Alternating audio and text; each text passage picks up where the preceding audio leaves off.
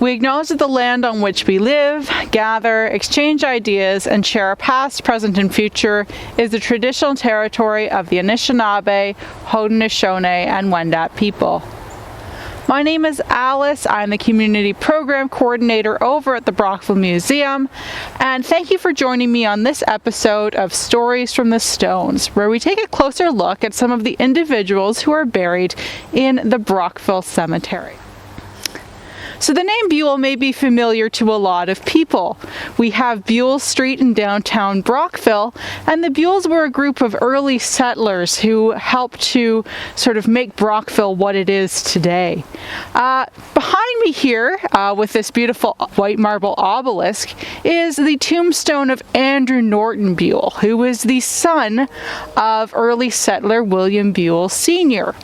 Now, Andrew Norton Buell had a very storied life. He claimed he wrote the first editorial for the Brockville Recorder. He also was a prominent lawyer and became a clerk in the Court of Common Appeals in Toronto. He retired back to Brockville in 1878, and it seems that he was sort of missing a lot of people in his life. His father had passed away, and his dearly beloved Calcina Buell, his wife, had passed away after 29 years of marriage.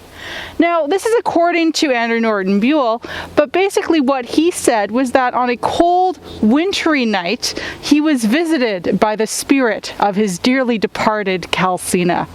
And he was so overcome with emotion that this brief encounter, he thought, well, I need to get in touch with the spirit of my dearly departed wife.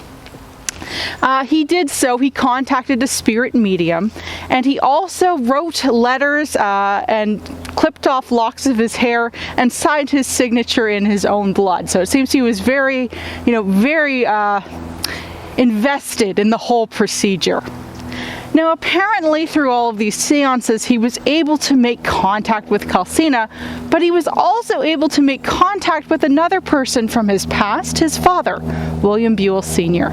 And apparently from these spiritual conversations, the spirit of William Buell said, well, could you please cement my legacy in the public memory?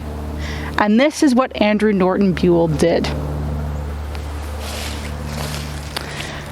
So here we have the tombstone of William Buell Sr.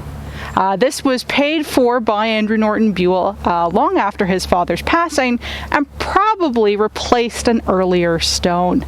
But what Andrew Norton Buell did was he basically created this amazing epitaph that really eulogizes William Buell. So I will read it to you as it is quite an interesting passage.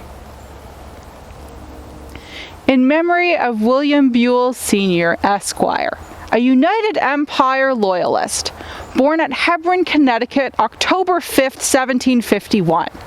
Emigrated to Canada when the American Revolutionary War began, served 7 years as ensign and lieutenant in the King's Rangers, retired on half pay, receiving a grant of land from the Crown embracing the central part of Brockville, then a wilderness, when he settled in 1784 and built the first dwelling house.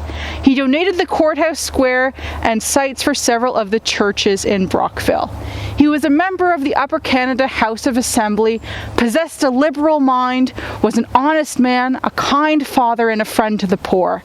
Beloved and respected, he died at Brockville, August 8, 1832, in the 81st year of his age. So whether or not the stories of Andrew's spiritual connections with his father are true, regardless, the Buells have been cemented in the public memory as the early settlers who helped to develop Brockville. So thank you very much for watching this episode.